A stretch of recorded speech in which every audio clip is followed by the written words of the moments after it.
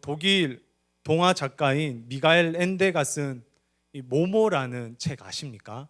모모. 이 책은 시간을 훔치는 도둑과 훔쳐간 시간을 찾는 소녀 모모에 대한 이야기입니다. 이 책에 나오는 가장 좋아하는 한 구절을 읽어드리겠습니다. 빛을 보기 위해서는 눈이 필요하고 소리를 들으려면 귀가 있어야 돼. 그런데 시간을 느끼려면 무엇이 있어야 하나? 그래, 그건 마음이야. 마음으로 시간을 느끼지 못하면 그 시간은 없는 것과 마찬가지란다. 미가엘 엔데는 책을 통해서 시간은 마음으로 느낀다라고 이야기를 하고 있어요. 마음으로 느끼지 못한 시간은 없는 것과 다름없다고 이야기를 합니다. 한 시간에 60분, 하루에 24시간, 1년에 365일을 우리는 참 공평하게 살아가고 있어요. 돈이 많아도, 돈이 적어도, 건강해도, 몸이 아파도 이 시간은 동일합니다. 그런데 우리가 보낸 어떤 시간은 기억이 하나도 안 납니다. 참 신기한 것은 또렷이 마음에 남아있는 그런 시간들이 있어요. 분명히 그 시간을 보낼 때는 어느 때와 마찬가지로 한 시간에 60분이라는 창조의 섭리대로 시간을 보낸 게 분명하거든요. 그런데 어떤 시간은 내 마음에 남아있고 어떤 시간은 하나도 기억이 안 납니다.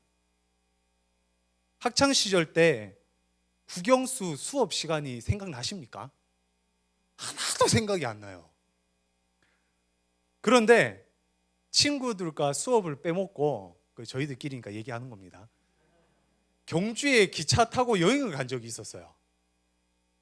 미래를 염려하고 고민했던 그런 시간이 있었습니다. 잘못해서 선생님한테 정말 죽도록 맞았던 시간도 있어요. 수업 시간보다 분명히 물리적으로 더 적었던 시간임에도 그런 시간은 이 마음에 참 깊이 있게 남아 있습니다. 그런 의미에서 시간은 이 마음으로 느끼는 것 같아요. 제자 훈련을 시작했습니다. 40대, 50대 남성들과 재미있게 훈련을 진행하고 있어요. 그분들의 간증문을 읽는데 새삼 미가엘 엔데의 시간은 마음으로 느낀다라는 말이 생각났습니다. 그분들의 간증문에는 지금으로부터 20년 전, 30년 전, 40년 전의 기록들이 적혀져 있었어요. 그토록 오랜 시간이 지났음에도 그 당시 어떤 계절이었는지, 어떤 날씨였는지, 어느 장소에서 있었던 일이었는지, 저녁 집회 중 몇째 날이었는지, 새벽 기도회 중 며칠째였는지를 정확하게, 아주 정확하게 기억하고 있었습니다. 그분들은 그 시간을 온 마음으로 느꼈어요. 아니, 그 시간에 하나님을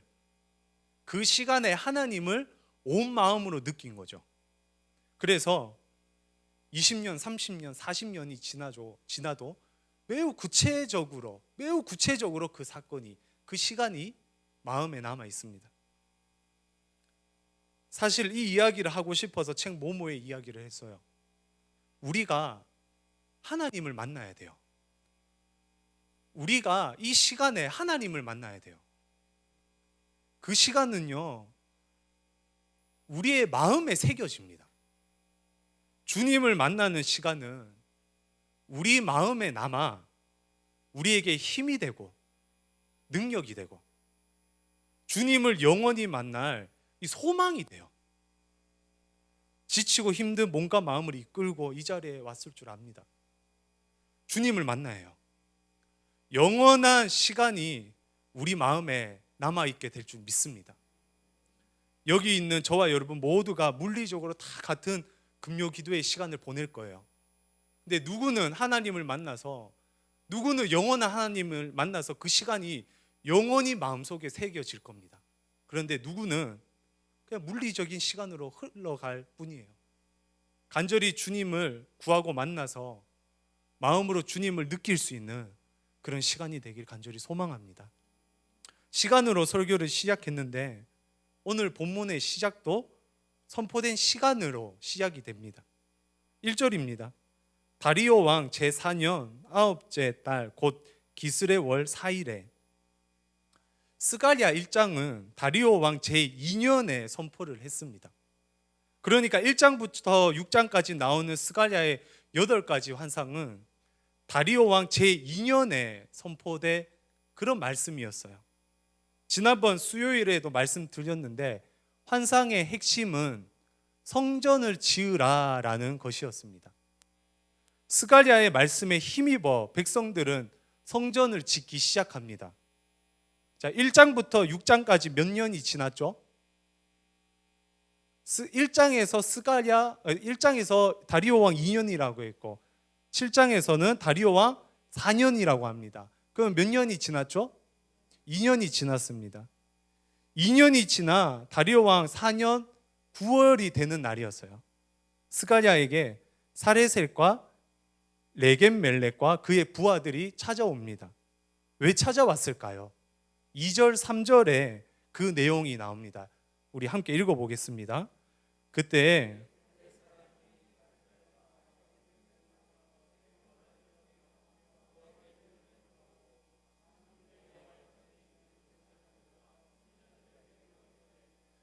여러 해 동안 행한 대로 5월 중에 울며 근신하리이까 하매 그들은 제사장과 선지자들을 찾아와서 5월에 금식해야 됩니까? 5월 중에 울며 근신해야 됩니까? 이렇게 물어봅니다. 5월은 특별히 이스라엘의 성전이 무너진 달이거든요. 열왕기하 25장 8절 9절입니다. 바벨론 왕 느부갓네살의 19째 해 5월 7일에 바벨론 왕의 신복 시위대장 느부사라단이 예루살렘에 이르러 여호와의 성전과 왕궁을 불사르고 예루살렘의 모든 집을 귀인의 집까지 불살랐으며 느부갓네살 19년 5월 달에 성전이 무너졌어요. 불이 탔습니다.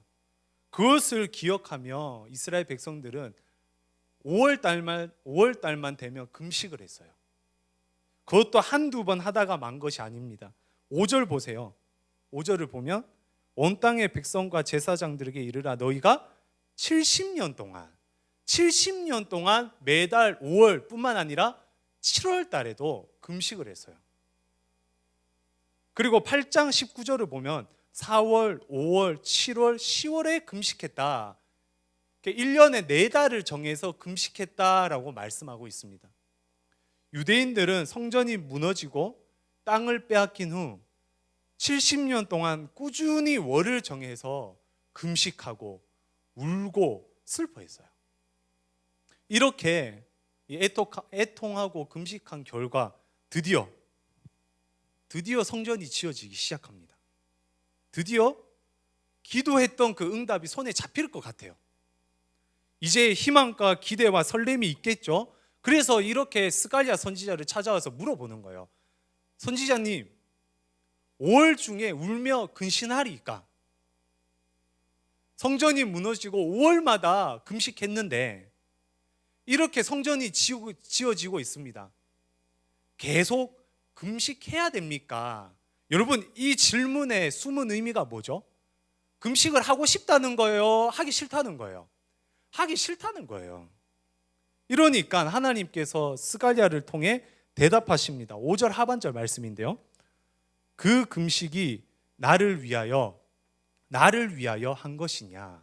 하나님께서 되질문을 하시는데요.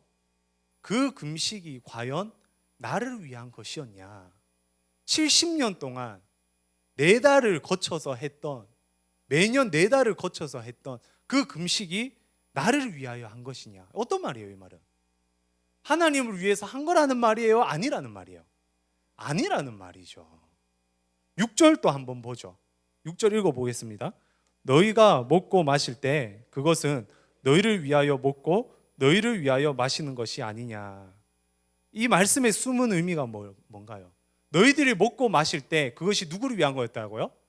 너희들을 위한 것이었다. 즉 먹고 마시는 것뿐만 아니라 심지어 금식이라는 종교 활동을 하는 것도 모두가 다 그들 자신을 위해서 했던 거예요. 여러분, 금식은 왜 해야 합니까? 누구를 위해서 해야 되는 거죠? 하나님을 위해서 해야 되는 거예요. 금식의 목적은 하나님과 더 가까워지는 것에 있습니다. 하나님의 은혜를 잊고 살다가 하나님의 은혜를 경험하고자 금식을 하는 거예요. 근데 이 백성들은 왜 금식했다고요? 자기를 위해서 금식한 거예요. 그들은 자기를 위해서 먹고 마실 뿐만 아니라 자기를 위해서 금식했습니다. 이 상황을 좀 더 정리해 보기 위해 그림을 준비했어요. 그림을 잠시 보죠. 참 귀엽죠? 우리가 어떤 목적을 이루기 위해서는 수단이 필요합니다. 수단을 통해서 목적을 달성할 수 있게 되죠. 그리고 목적을 달성하면 그에 따른 이 보너스가 있습니다. 기쁨, 즐거움, 이 외에도 다른 보너스가 있죠. 여러분, 여기서 금식은 어디에 들어갈 수 있을까요? 금식은 수단입니까? 목적입니까? 보너스입니까? 수단이에요. 금식이 수단이고 금식을 통해 얻어야 되는 그 목적은 뭡니까? 하나님이에요. 하나님이고, 하나님이 목적이 됐을 때 우리에게 보너스로 뭐가 주어지죠? 복이나 형통이 주어지는 거예요. 그런데 이 수단에만 집착하는 신앙생활이 있습니다. 수단에만 집착하는 신앙생활이 있어요. 이것이 바로 율법주의입니다. 율법주의는 신앙 행위 자체에 집착합니다. 행위 자체에 보람을 느끼고 만족을 느껴요. 아, 나 금식했다.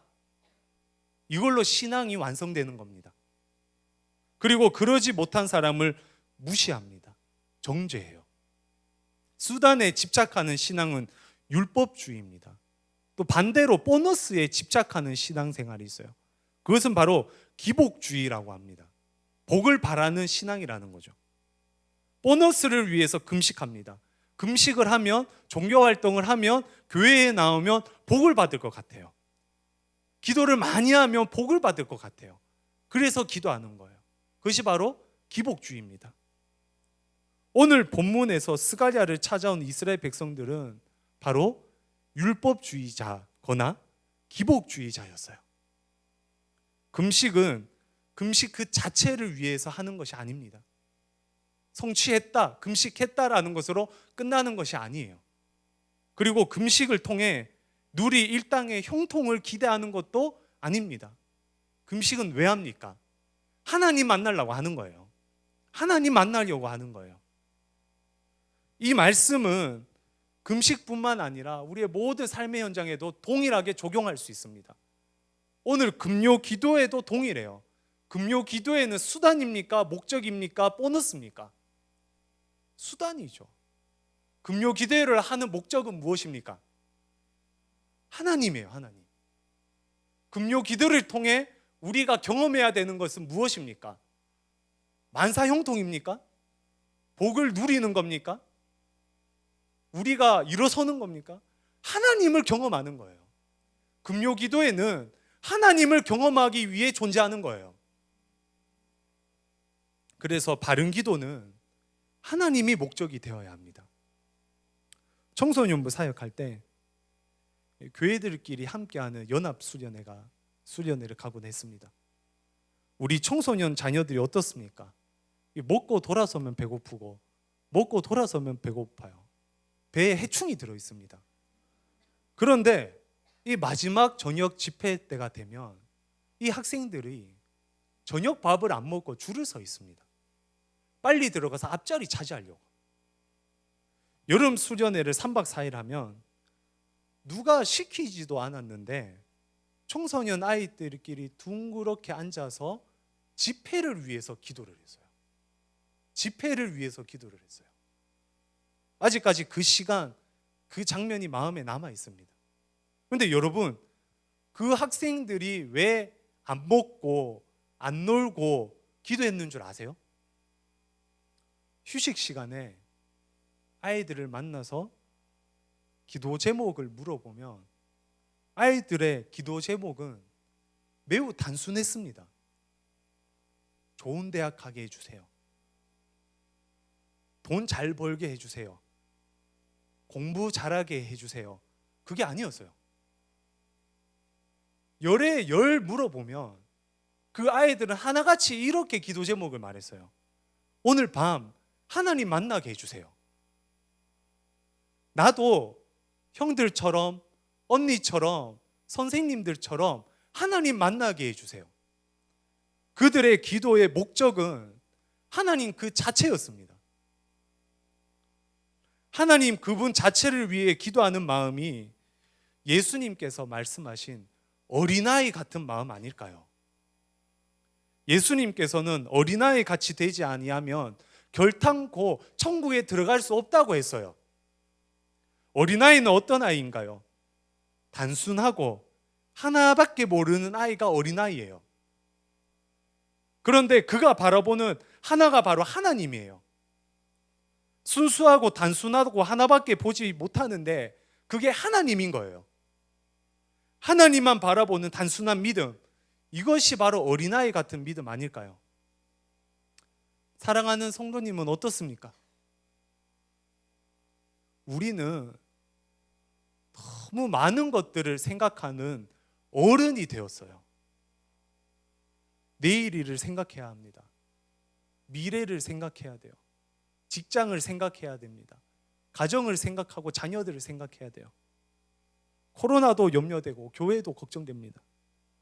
우리는 하나만 보지 않아요. 너무 어른이 되어버려서 너무 많은 것들이 보입니다. 우리에게는 하나님만 바라보는 단순한 믿음이 필요해요.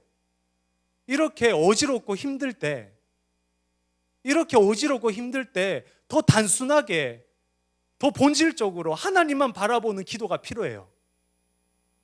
하나님만을 목적에 두는 단순함은 다른 것을 보지 않고 오직 주님만 구하는 것을 말해요. 예수님께서 천국을 구하는 장사라고 말씀하셨습니다. 마태복음 13장 45절이죠. 또 천국은 마치 좋은 진주를 구하는 장사와 같으니, 천국이 뭐 같다고요? 구하는 장사. 천국은 진주를 구하는 장사와 같다고 해요. 장사는 질 좋고 값싼 제품을, 가성비 좋은 제품을 구하러 다녀야 돼요. 이곳저곳 소위 발품을 팔아서 수익을 많이 남길 수 있는 물건을 사야 합니다.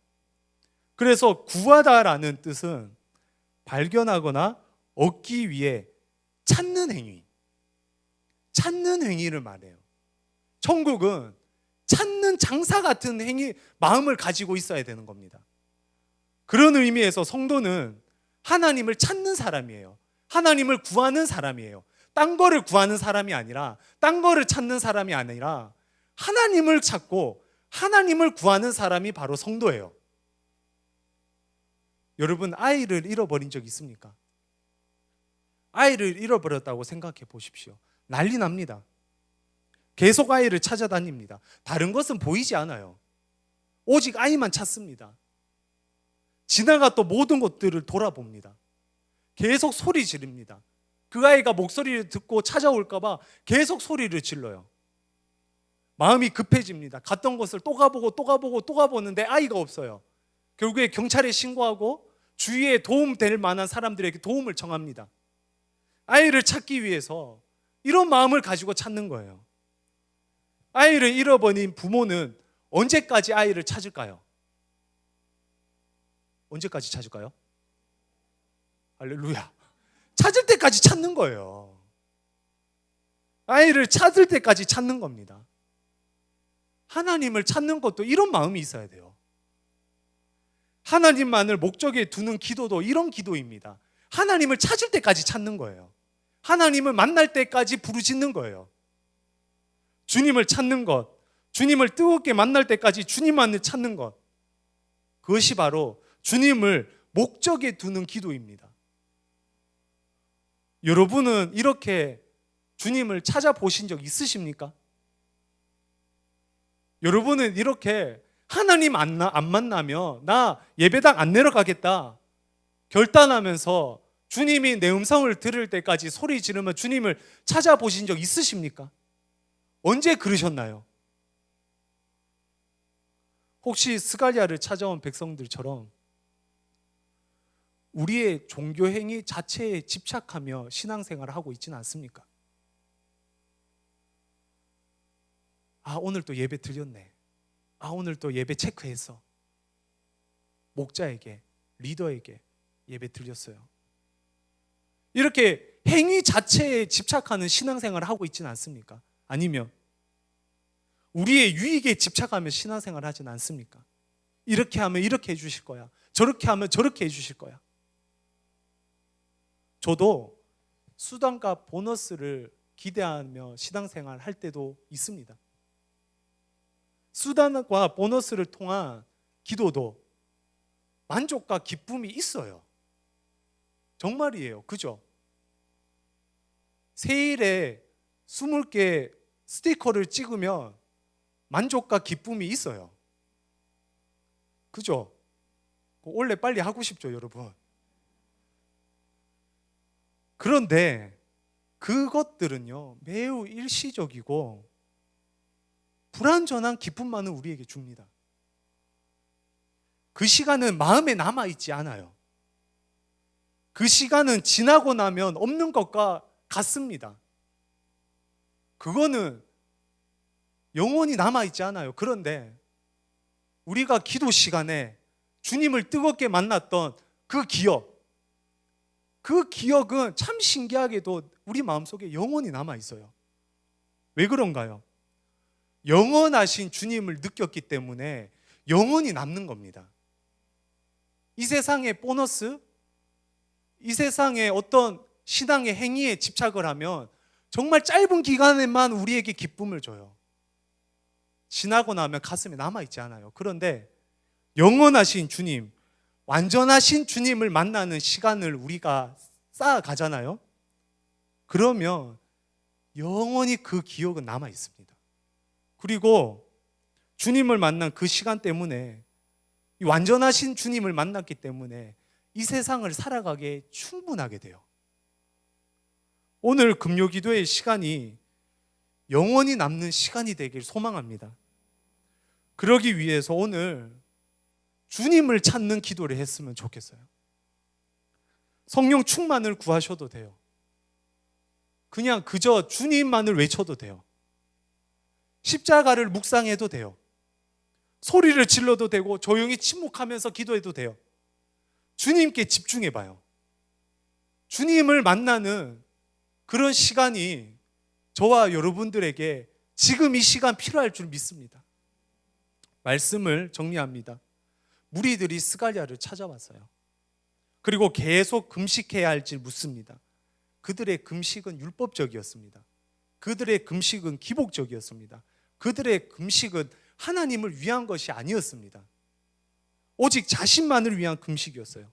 성도는 먹든지 마시든지 금식을 하든지 금요기도를 하든지 모든 목적이 하나님을 향해야 합니다. 우리의 삶의 모든 목적이 하나님이 되어야 해요. 오늘 기도의 목적을 하나님께 둡시다. 우리의 시선을 하나님께 둡시다. 하나님을 잃은 물건을 찾듯이 하나님을 찾아봐요. 그래서 영원하신 하나님, 완전하신 하나님을 마음 깊이 느끼고 집으로 돌아갈 수 있는 그런 밤 되길 주님의 이름으로 축원드립니다.